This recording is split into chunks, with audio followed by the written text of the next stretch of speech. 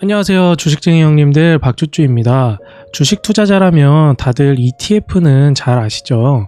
ETF는 Exchange Traded Fund의 약자로 바로 상장 지수 펀드입니다. ETF의 장점은 투자자들이 개별 주식을 고르는데 따로 수고를 하지 않아도 운용사가 알아서 포트폴리오를 짜주는 펀드의 장점과 언제든 원하는 가격에 매매를 할 수 있다는 장점이 있죠. 근데 형님들 혹시 CEF라고 들어보셨나요?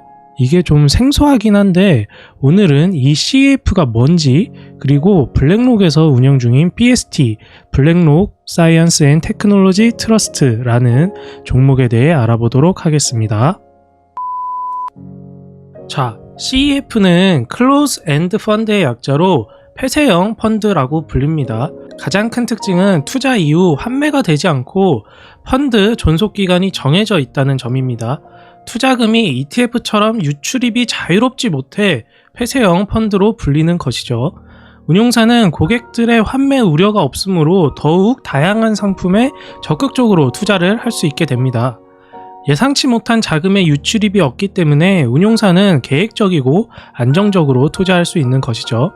ETF와의 차이점을 몇 가지 더 살펴보면 보통 ETF의 수수료는 1% 이하인 반면 CEF는 수수료가 1에서 3% 정도로 다소 조금 높습니다.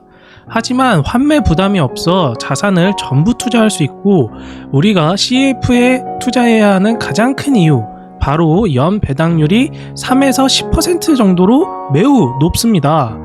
레버리지 ETF는 배당이 거의 없다고 생각하면 되고 설령 있다 해도 1% 미만이 대부분인데, 오늘 알아볼 블랙록 BST는 배당률이 무려 4.58%입니다. BST CEF 배당만 보면 당장 사야 될 것 같은 느낌이 팍 오는데 조금만 더 알아보도록 할게요. CEF에 투자할 때 알아야 할 몇 가지가 더 있는데, 첫 번째는 펀드의 존속 기간을 알아봐야 합니다.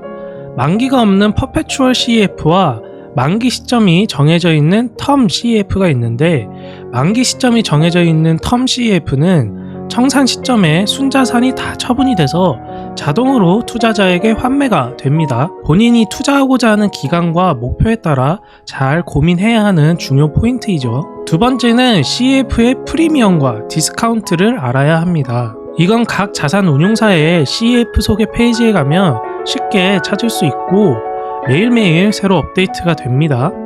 되도록 프리미엄은 안 주고 매수하는 것이 좋겠지만, 그렇다고 디스카운트가 크다고 냅다 매수해버리는 것도 좋아 보이진 않아요. 매수하고자 하는 CEF의 지난 몇 년간 평균 프리미엄 앤 할인이 얼마 정도였는지 검색을 하시고 비교해보는 것이 좋습니다. 자, 그럼 블랙록 홈페이지에 들어가서 BST CEF에 대해 자세히 살펴볼게요. 먼저 1년 수익률을 보면 무려 69.12%입니다. 엄청나죠? 근데 이건 다른 기술주 ETF도 다 비슷비슷한 수치인 것 같아요. 작년에 워낙 이 코로나 팬데믹 이후로 기술주가 대세였고 엄청나게 올랐으니까요. 일단 BST는 만기 시한이 없는 CEF이고 대형 기술주에 집중 투자하고 글로벌 시장에 분산 투자를 하고 있습니다. 총 기금 규모는 13억 6,630만 달러, 수수료는 1%이고 현재 프리미엄은 9.38%입니다. 자, 여기서 프리미엄이 9.38%가 붙었다는 것은 바로 NAV, 이게 Net Asset Value라는 건데 이게 순자산 가치라는 뜻이에요. 해당 펀드가 보유하고 있는 자산의 실제 가치를 뜻합니다. 반대로 마켓 프라이스는 주식시장에 현재 거래 중인 현재가를 뜻하는 것이죠. 이 내부와 마켓 프라이스는 괴리가 있을 수 있는데 바로 이 프리미엄은 내부와 마켓 프라이스의 격차가 현재 9.38%가 난다라는 뜻입니다. ETF와 마찬가지로 BST CEF도 내부는 상시 공시되므로 내부와 마켓 프라이스의 괴리율을 따져보는 것이 아주 중요합니다. 현재 BST는 9.38%만큼 고평가되어 있다는 뜻이므로 이게 아무리 좋아도 몰빵은 좀 지양해야겠죠. 그럼 현재 편성되어 있는 종목을 좀 살펴보겠습니다. 사이트에서 쭉 밑으로 내려가 보시면 여기 홀딩스라고 나와 있죠. 제일 큰 비중은 애플이네요. 그리고 마이크로소프트, 아마존, 알파벳 등이 있습니다. 이게 편성 종목이 QQQ와 큰 차이가 없는데 흥미로운 게 여기 프로젝트 카프카 오리지널이라고 알파벳보다 조금 더 많이 투자 중인데 희한하게 검색을 해봐도 뭘 하는 곳인지 도통 나오지가 않습니다. 비상장 연구 기관인 듯한데 계속 검색을 하다 이런 댓글을 좀 찾았습니다. They have confidential private investments into projects that they don't disclose. 그들은 공개하지 않는 개인 비밀 인베스트먼트다. 와, 이거 왠지 느낌이 수백억 자산가들끼리 자기들끼리 비밀리에 공유하는 그런 연구 프로젝트를 하는 기관인 것 같아요. 제가 찾을 수 있는 한계는 여기까지고 혹시 이 프로젝트 카프카라는 곳에 대해서 자세히 아시는 분들은 댓글에 좀 남겨주시면 감사하겠습니다.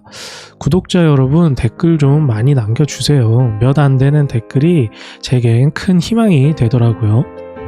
자, BST는 고배당과 기술주의 높은 성장성을 동시에 챙길 수 있기 때문에 상당히 매력적인 펀드인 건 확실해 보입니다. ETF 대비 운용사의 운용 능력에 따라 높은 수익률을 기대할 수 있지만 반대로 ETF보다 낮은 수익률을 올릴 수 있다는 점도 반드시 명심해야 합니다. NAV와 주가가 공시되므로 그 프리미엄의 차이를 분석할 능력이 되시는 형님들은 기초 자산 대비 지금의 프리미엄은 아직 싸다 라고 판단하실 수도 있겠죠. 저도 개인적으로는 한 10% 프리미엄은 조금 리스크가 있긴 하지만 기술주의 성장 한계는 없다고 보는 1인으로서 천천히 분할 매수하여 배당 꼬박꼬박 챙기면서 장투하기에는 너무 괜찮아 보입니다. 다만 전 포트폴리오에 TQQQ가 포함되어 있어 배당을 챙길 것인지 3배 레버리지를 활용하여 수익률을 극대화시킬 것인지에 대한 깊은 고민은 남았네요. 기술주를 좋아하시는 형님들께서는 수익성과 고배당 사이의 타협점을 적절히 찾으셔야겠습니다. 오늘은 블랙록 BST CF에 대해 알아보았는데요. 또 궁금하신 종목은 언제든 물어봐 주시면 시간이 조금 걸리더라도 성심성의껏 영상을 만들어 보겠습니다. 그러면 오늘 이만 안녕!